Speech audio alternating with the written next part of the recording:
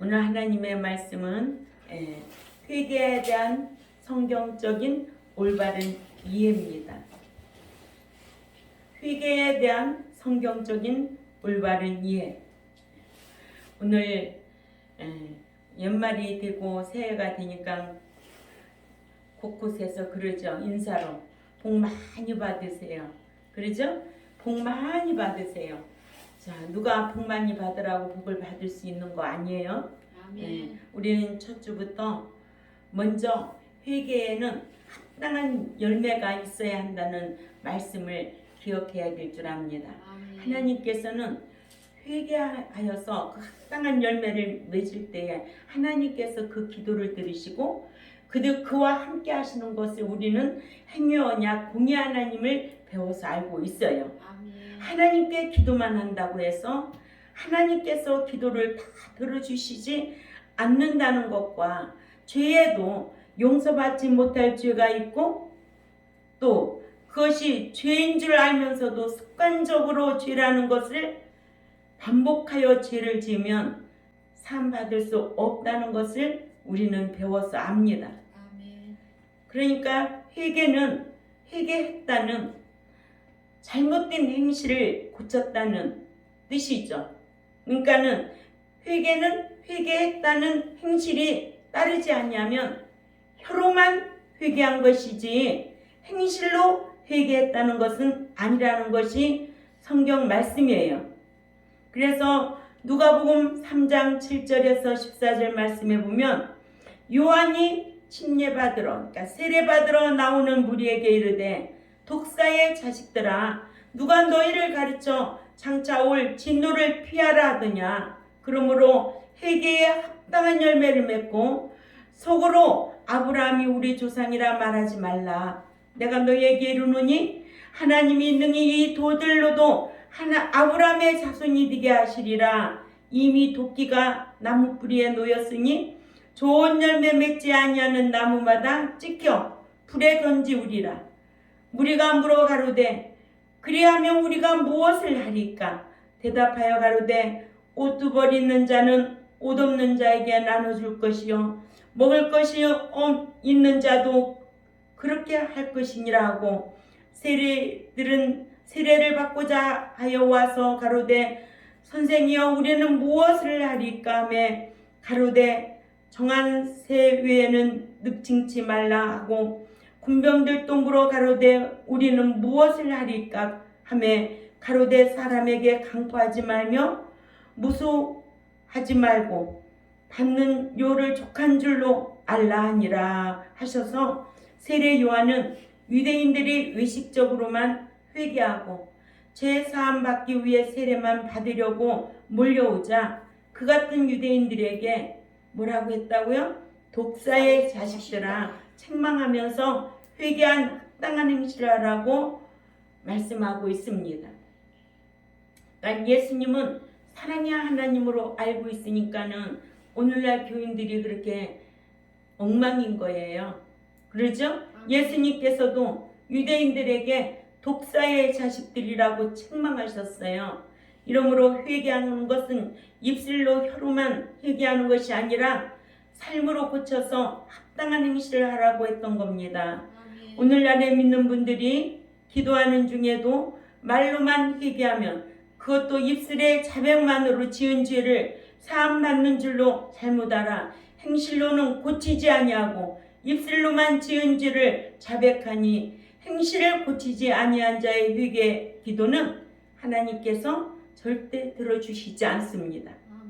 또 회개를 위한 기도 역시 회개에 합당한 행실 즉 삶으로 고치지 아니하고 입술로만 잘못했노라 하는 자의 회개 기도를 하나님께서는 들어주시지 않는다는 것이 하나님의 말씀입니다. 잠언 28장 9절에도 잠언 28장 9절에 사람이 귀를 돌이키고 율법을 듣지 아니하면 그의 기도는 가증하니라 하셔서 말씀을 듣고 행치 않는 자의 기도는 하나님께서 가증하게 여기신다고 말씀하셨는데 말씀대로 올바르게 행치 아니하면서 지은 죄를 입술로만 자백하는 회개 기도를 한다고 하나님께서 그와 같은 가증한 기도를 들어주시겠느냐는 거예요. 아멘. 요한복음 9장 31절도 빨리 찾아가 보세요. 요한복음 9장 31절도. 그러니까는 믿는 자는 말씀대로 살지도 않으면서 입술로는 날마다 회개한다고 하면서 하나님이 싫어하는 거 하면서 복받기를 원하고 말씀을 가르치면은 무겁다, 힘들다, 짓눌린다. 야고보서 1장 25절에 양심을 자유케 하는 자는 듣고 잊어버리는 자가 아니요 실행하는 자니 이 사람이 그 손으로 행하는 일에 복을 받는다고 그랬어요. 아멘. 복을 받으면 얼마나 기쁘겠어요. 어떤 문제가 해결되면 얼마나 기쁘겠느냐는 거예요. 그러죠? 아멘. 그와 같이 양심을 내가 법을 지키면 자유가 넘치죠. 응? 내가 교통법을 어기면은요 언제든지 그게 무거워요. 또 벌금이 또 나와요. 또 벌점이 생겨요. 그러면 자유가 있어요? 우리는 하나님과의 관계가 법적인 관계예요. 행위 언약 관계예요. 쌍방적인 관계예요. 응? 그래서 네가 하면 내가 도와줄게예요. 네가 사랑하면 나도 너를 사랑할게예요. 왜 이런 성경에 분명히 기록해 놨는데 무조건 사랑이 하나님? 대인관계에서도 서로 어떻게 하래요? 서로 사랑하라는 거예요. 서로. 요한복음 9장 31절 읽습니다. 시작. 하나님이 죄인의 기도를 듣지 아니하시고 경건하여 그의 뜻대로 행하는 자의 기도를 들으시는 줄을 우리가 아나이다. 아멘. 그의 뜻대로 행하는 자의 기도를 들어주시지. 죄인의 기도는 들어주시지 않아. 가증한 자의 기도는 들어주시지 않아. 외식하는 자의 기도는 들어주시지 않아요. 그러니까 우리가 2023년도에 내가 영육간의 복을 받으려면 어떤 삶을 살아야 될까? 아멘? 아멘. 하나님 앞에 기도를 드려도 거절당하지 않을 자로 살아야 되고, 예. 왜 하나님은 가증한 자의 기도는 듣지 아니하고 죄인의 기도도 듣지 아니하고 그 뜻대로 행하는 자의 기도를 들으시는 줄을 우리가 아나이다 이렇게 하셨는데 행실로는 고치지 아니하고 여전히 죄를 반복해서 짓는 불경건한 자의 입술로만 하는 회개 기도를 하나님께서 들어주시겠습니까? 네? 하나님께서 들어주시겠느냐고요. 만약에 하나님께서 그 같은 불경건한 자의 기도를 들어주신다면 요한복음 9장 31절이나 요한일서 3장 20절에서 23절 이런 말씀은 또한 잠언 28장 9절 이런 거 다 지워버려야죠. 네? 지워버려야 할 성경이 얼마나 많겠어요. 기도만 한다면 다 들어주신다면. 그죠? 아멘. 그래서 골방이 생기는 거예요. 기도쟁이가 생기는 거예요. 기도만 하면 만사 형통인 줄 알아요. 그러면은 기도만 하고 살지. 그러니까 나무에서 내가 기도해 줄 수 있겠죠. 그러나 늘 하나님 의식하고 기도드려야 돼요. 네가 회개를 했는지 아니했는지, 네 삶의 방향을 고쳤는지 아니했는지 하나님 이거 아신다는 거예요. 아멘. 사람의 비유는 목자는 사꾼 목자예요. 사꾼 목자는 사람의 마음을 기쁘게 하고 어떻게든지 비유 맞추려고 하고 은혜 타령하지만은 진정한 참 목자는 율법으로 책망하고 가르쳐서 하나님의 사람, 온전한 사람으로 양육하는 거예요. 여러분들도 자식 키우지만 내 자식 남이 때릴 수 있어요? 절대 못 때려요. 그러나 내 자식이 잘못됐을 때 욕을 하고 회초리 갖고 몽둥이 가지고 때려주죠. 아멘. 왜? 사랑하니까. 내 자식이니까. 그러나 남은 절대로 그렇게 할 수 없어요. 그래서 하나님의 참아들은 징계를 한다는 거예요. 사랑하기 때문에 징계를 한다고 히브리서 12장 5절에서 11절에 기록되어 있잖아요. 거룩한 자 만들려고. 네? 그러니까는 이렇게 입술로만 회개 기도하는 이 기독교는 상식도 없고 도덕도 없고 기준도 없는 싸구려 종교 집단이 되고 만 거예요. 상식도 있고 기준도 있기를 성경에 어떻게 하라 했는가? 성경은 어떻게 하라고 요구하고 있는가? 믿는 자들이 성경을 모르거나 무시하고 자신의 육신적인 생각이나 육신적인 유익을 따라 행하니까 믿지 않는 불신자들이 뭐라고 그래요? 기독교를 우습게 여겨요. 응? 또 비난해요. 이런 것이 아주 일수예요. 심지어는 놀려대지요. 응? 이러므로 죄에도 사함 얻을지와 용서받을 수 있는 죄와 용서받지 못할 죄가 있다는 것을 우리는 배웠잖아요. 아멘. 배운 자답게 기준이 되어서 자기를 지키는 신앙인들이 되시기를 바랍니다. 아멘. 사함 얻을 수 있는 죄는 아담으로부터 유전받은 유전죄죠. 예수 그리스도를 자신의 구속주로 믿어지면 사함을 얻어요. 그러나 용서받을 수 있는 죄는 믿는 자가 말씀대로 행치 않고 스스로 지은 자범죄는 지은 죄가 행실을 고친 후에 하나님께 자백하면 용서받는 죄고, 그래서 요한일서 1장 9절에 만일 우리가 우리 죄를 자백하면 그는 미쁘시고 의로우사 우리 죄를 사하시며 우리를 모든 불의에서 깨끗하게 하실 것이요 하셨어요. 그래서 시편 32편 3절에서 5절 말씀을 보면 다윗이 우리아의 아내를 동침하고 너무너무 괴로워서 내가 입을 열지 아니할 때 종일 신음함으로 내 뼈가 쇠하였도다. 주의 손이 주야로 나를 누르시오니 내 진액이 빠져서 여름 가뭄에 마른같이 되었나이다. 내가 이르기를 내 허물을 여호와께 자복하리라 하고 주께 내 죄를 아뢰고 내 죄악을 숨기지 아니하였더니 곧 주께서 내 죄악을 사하셨나이다. 다윗의 자백기도입니다. 그러나 이렇게 믿는 자가 하나님 앞에 자백하고 삶의 행실을 고치면 하나님도 용서해 주셔요. 그러나 용서받을 수 없는 죄는 믿는 자가 타락해서 짓는 죄나 또한 성령을 해방하는 죄나 마태복음 12장 31절에서 32절이죠. 또 주를 부인하거나 지은 죄에 대한 결과를 알고도 자원하여 지은 죄는 용서받을 수가 없으므로 죄인 줄 알고도 고의성으로 있으면 용서받을 수가 없습니다. 이것을 짐짓지라고 하지요. 히브리 10장 12절에서 26절에서 27절입니다. 이러한데도 모든 죄는 다 용서받았다고 하기를 우리의 과거죄나 현재죄나 미래죄까지 다 사함받았다고. 하지만 그것은 성경 말씀 같지만 그 같은 말씀은 성경에 절대로 기록되지 아니했습니다.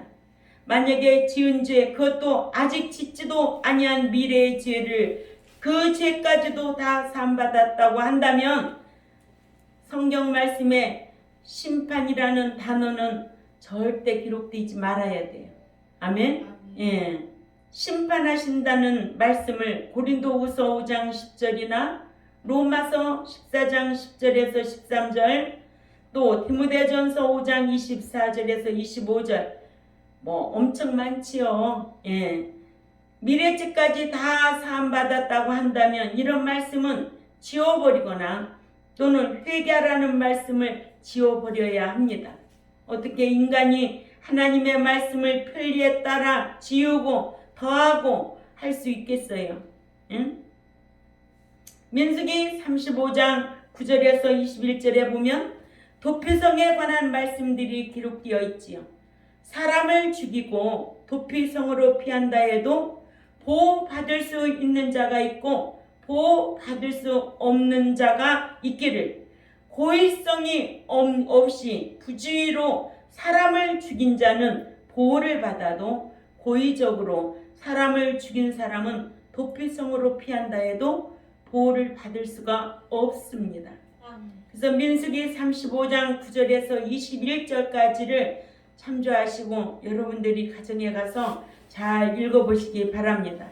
이러한데도 믿는 분들이 성경에 대해서 자세하고 구체적으로 알지 못하고 성경 몇 구절 그것도 자신 행동에 합리화할 수 있다고 편리하게 생각하는 몇 구절로 지은 죄에 대하여 회개만 하면 다 용서해 주신다고 주장하는 거예요.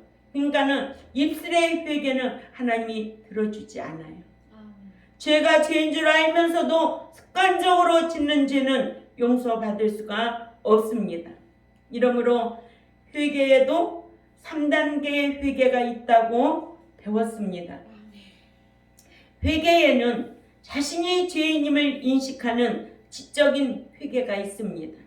이 지적인 회개는 뭘까요? 오늘 또 말씀을 들으면서 이거 회개해야 되겠구나 깨달아지는 거예요.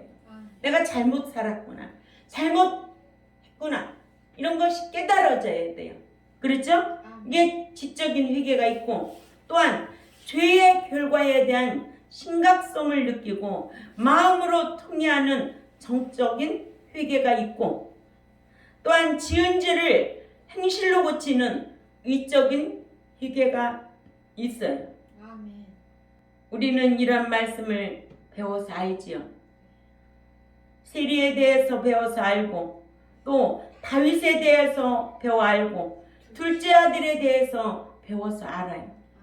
누가복음 15장 11절에서 24절에 아버지의 집을 나간 둘째 아들이 모든 것을 잃고 돼지를 치는 노예 생활을 청산하고 집으로 돌아오는 것에 잘 표현하고 있습니다.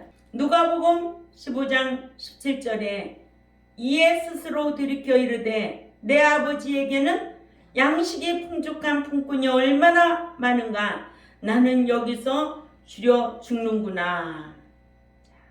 오늘 우리 첫째로 둘째 아들은 영적인 자기에게로 돌아온 후에야 아버지를 생각할 수가 있었습니다. 둘째 아들은 흉년을 만나 궁핍함을 당한 후에 깨닫고 영적인 자신에게로 돌아온 후에야 자신의 아버지가 부유하고 사랑이 많은 아버지라는 것과 자신이 그와 같은 아버지의 아들이라는 것을 생각하게 되었습니다. 이같이 둘째 아들은 자신이 믿었던 모든 육신적인 것을 잃고 난 후에야 영적인 자기에게로 돌아올 수 있었고, 영적인 자기에게로 돌아온 후에야 내 아버지에게는 양식의 풍족한 품꾼이 얼마나 많은가 하고 부유하고 사랑 많은 아버지를 생각할 수가 있었습니다. 고로 먼저 영적인 자기에게로 돌아와야 하나님 아버지를 생각하게 됩니다. 두 번째, 둘째 아들은 영적인 자기에게로 돌아온 후에야 품꾼의 행복을 부러워하게 되었습니다. 둘째 아들은 자신이 불행을 당해보고서야 영적인 자기에게로 돌아올 수 있었고, 영적으로 돌아온 후에야 품꾼이 행복하다는 것과 아버지의 집이 살기 좋은 행복한 집이라는 것을 알게 되었습니다. 이러므로 사람이 교만할 때는 지위가 낮은 사람을 의식하지 못하고, 또한 행복할 때는 행복한 줄도, 또한 행복해 할 줄도 모르고, 이러므로 행복은 불행의 대비입니다. 그래서 불행을 겪어보지 못한 자는 행복이 무엇인지 알지 못하는 거예요. 세 번째, 둘째 아들은 영적으로 회복한 후에야 절망을 느꼈습니다. 둘째 아들은 모든 것을 잃고 난 후에야 영적인 자기에게로 돌아올 수 있었고, 영적으로 회복된 후에야 아버지 없는 자신의 삶에 대한 절망을 느꼈습니다. 나는 여기서 줄여 죽는구나. 나는 굶주려 죽어가고 있다라는 뜻입니다. 이같이 둘째 아들은 영적인 자기에게로 돌아온 후에야 아버지 집에서 살지 아니하면 죽어가게 되겠다는 것을 깨달았어요. 이러므로 믿는 자에게 영적인 회복이 없이는 영적인 깨달음과 그에 따른 신령한 행동을 기대하기가 어렵습니다. 자신이 그동안 행동과 삶이 죄가 지됨을 깨달은 둘째 아들 18절에 기록되어 있죠. 누가복음 15장 18절 다 찾아가 있습니다. 크게 읽어요. 시작. 내가 일어나 아버지께 가서 이르기를 아버지 내가 하늘과 아버지께 죄를 지었사오니. 아멘. 아멘. 환난으로 통하여 깨닫고 돌아온 누구? 둘째 아들. 내가 일어나 아버지께 가서 이르기를 아버지 내가 하늘과 아버지께 죄를 지었사오니. 네 번째로 둘째 아들은 영적인 자신에게로 돌아온 후에야 실체적으로 아버지에게 갈 생각을 하게 되었습니다. 아멘. 아멘. 이런 말씀 안에서 우리가 많이 깨달아야 될 줄 압니다. 내가 일어나서는 원어로 헬라어로 아나스타스인데 다시의 아나서와 히스테미와의 합성어로 신체적으로 앉은 자리에서 일어난다는 뜻으로 본문에서는 아버지에게로 가기 위하여 일어난다는 뜻이나 같은 단어가 사도행전 9장 41절에서는 죽었던 도루가를 베드로가 다시 살린 것에 사용했고 또 데살로니가전서 4장 14절에는 예수님께서 죽으셨다가 다시 사신 것, 즉 부활하신 것에 사용하셨으며 사일전 4장 16절에는 주님께서 공중에 강림하실 때 무덤 안에서 잠자던 자들이 부활하는 것에 사용하여 영적으로는 그리스도 안에서 잠자던 자가 다시 살아나야, 즉 부활해야 하나님 아버지에게로 갈 수 있다는 것을 가르칩니다. 다섯 번째로 둘째 아들은 영적으로 회복된 후에야 자신이 한 행동과 자신의 삶이 죄됨을 깨달았습니다. 이렇게 영적으로 신령한 말씀의 깨달음이 이렇게 중요한 거예요. 아멘.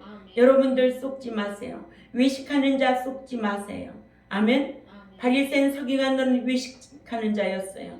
외식하는 자는 절대로 천국에 들어갈 수가 없습니다. 기독교는 뭐예요? 왜 예수 믿어야 돼요, 우리 현욱이?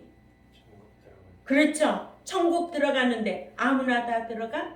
마태복음 7장 21절에 뭐라고 그렇게 기록되어 있어요? 나더러 주여 주여 하는 자가 천국에 들어갈 것이 아니요 내 아버지의 뜻대로 행하는 자야 들어간다고 그랬어요. 응? 뜻대로 해요? 자기 뜻대로 살아요. 응? 늘 술 마시고 하나님이 싫어하는 거 하지 말라는 거 하지 말아야 거룩한 자입니다. 아멘. 이게 구별된 자예요. 근데 자기 감정 따라 살고 자기 방식대로 살고 자기가 먹고 싶은 대로 살고 천국 못 들어간 이런 자들로 양육하려니 얼마나 힘들겠어요. 예?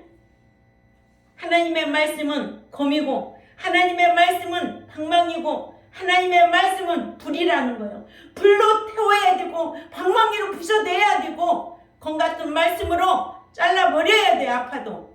아멘. 그러지 아니하면 새 사람이 될 수가 없어. 그 나라에 들어갈 수 없다는 게 성경이에요. 예?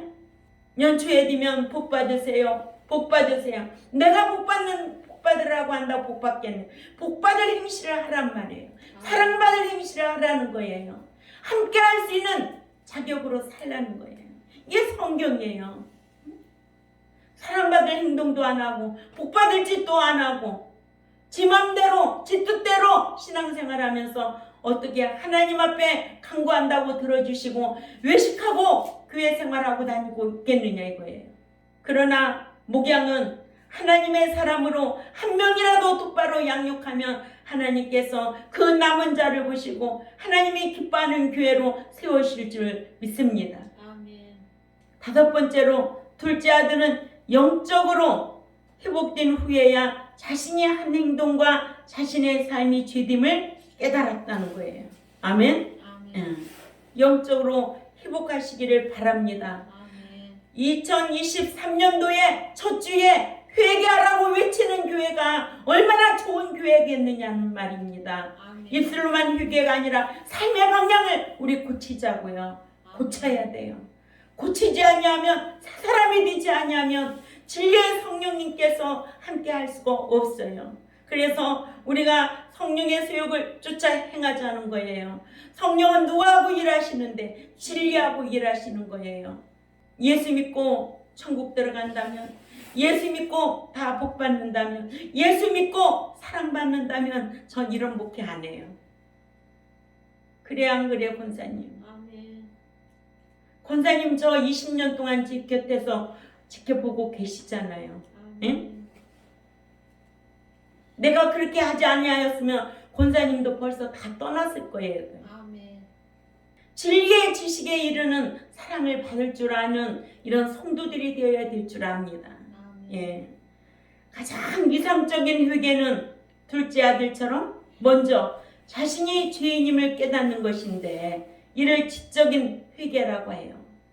그 다음은 죄에 대한 애통함이 있어야 하는데 이를 정적인 회개라 하고, 그 다음은 그 죄를 고친 후에 아버지께서 돌아가서 아버지에게 용서해 달라고 해야 하는 게 이게 의적인 회개라는 거예요.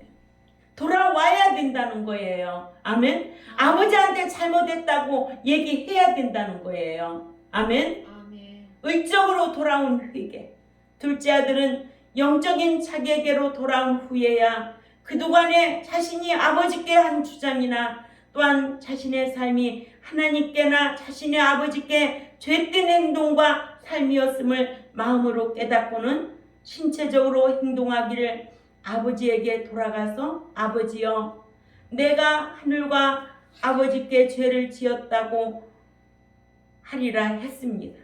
이같이 둘째 아들은 그동안의 향락을 추구한 삶이 죄된 생활이었음을 스스로 깨달은 것이 이것이 지적 회개고, 지적 회개란 자신이 죄인임을 지적으로 인지하는 것을 가리키고, 이러므로 회개할 수 있는 것은 먼저 스스로 죄인됨을 말씀을 통하여 지적으로 깨달아야 될 줄 압니다. 아멘. 다윗도 나단 선지자로부터 죄인됨을 지적받고서야 내가 여호와께 죄를 범하였노라 하고 자백했어요. 사무엘하 12장 7절에서 2절 말씀을 찾아가 읽습니다. 이렇게 다윗이 왜 귀한 분이냐? 나단 선지자로부터 죄를 지적받았어요. 그러나 사울왕은 어린 사무엘 선지자로부터 지적을 받았는데도 내가 왕인데 돌이키지 않아서 하나님은 사울왕은 버려버렸어요. 아멘? 아멘. 그러나 다윗은 하나님이 귀하게 쓰셨어요. 이렇게 다윗이 참 귀한 거는 나단 선지자로부터 죄인됨을 지적받고서야 내가 여호와께 죄를 범하였노라 하고 자백했어요. 아멘? 아멘. 예. 목자는 하나님의 백성들을 책망해서 죄를 자백하도록 하는 것이 목자가 해야 할 일이에요. 왜? 두 번째 오실 때는 죄인을 상대로 오신데 행인을 데리러 오신대. 죄와 상관없는 자를 데리러 오신다고 그랬어요. 행인 데리러 오신다고 그랬어요. 초림으로 오셨던 예수님은 죄인 상대로 오셨지만 다시 두 번째 오실 예수 그리스도는 죄인 상대로 오시는 것이 아니라 의인 데리러 오시겠다고 히브리 9장 28절에 정확하게 기록해 놨잖아요. 아멘. 자기가 죄인인지도 몰라 까불고 다녀. 사무엘하 12장 7절에서 읽습니다. 시작. 나단이 다윗에게 이르되 당신이 그 사람이라 이스라엘의 하나님 여호와께서 이와 같이 이르시기를 내가 너를 이스라엘 왕으로 기름 붓기 위하여 너를 사울의 손에서 구원하고 또 네 주인의 집을 네게 주고 네 주인의 처들을 네 품에 두고 이스라엘과 유다 족속을 네게 맡겼느니라. 만일 그것이 부족하였을 것 같으면 내가 네게 이것저것을 더 주었으리라. 그러한데 어찌하여 네가 여호와의 말씀을 업신여기고 나 보기에 악을 행하느냐. 네가 칼로 햇사람 우리아를 치되 암몬 자손의 칼로 죽이고 그의 아내를 빼앗아 네 아내로 삼았도다. 10절 시작. 이제 네가 나를 업신여기고 햇사람 우리아의 아내를 빼앗아 네 아내로 삼았은즉 칼이 네 집에서 영원토록 떠나지 아니하리라 하셨고 11절에 시작. 여호와께서 또 이와 같이 이르시기를 보라 내가 너와 네 집에 재앙을 일으키고 내가 네 눈앞에서 네 아내를 빼앗아 네 이웃에게 주리니 그 사람들이 네 아내들과 더불어 백주에 동침하리라. 자 13절 시작. 너는 은밀히 행하였으나 나는 온 이스라엘 앞에서 백주의 일을 행하리라 하셨나이다 하니 다윗이 나단에게 이르되 내가 여호와께 죄를 범하였노라며 나단이 다윗에게 말하되 여호와께서도 당신의 죄를 사하셨나이다. 당신이 죽지 아니하리라. 아멘. 아멘. 다윗은 나단 선지자의 책망을 받아들였어요. 이것이 귀한 거예요. 아멘. 아멘. 예. 그래서 죄를 사받고 당신이 죽지 않는다. 다윗이 자백이 시편 32편 3절에서 5절 말씀이죠. 그랬더니 1, 2절에 너무너무 행복하다는 거예요. 행복한 생활을 하는 거예요. 아멘. 아멘. 예. 다윗만 그랬나요? 또 세리도 스스로 죄인임을 알았을 때에 다만 가슴을 치며 가로되 하나님이여 불쌍히 여기옵소서 하고 자백했어요. 누가복음 18장 13절이죠.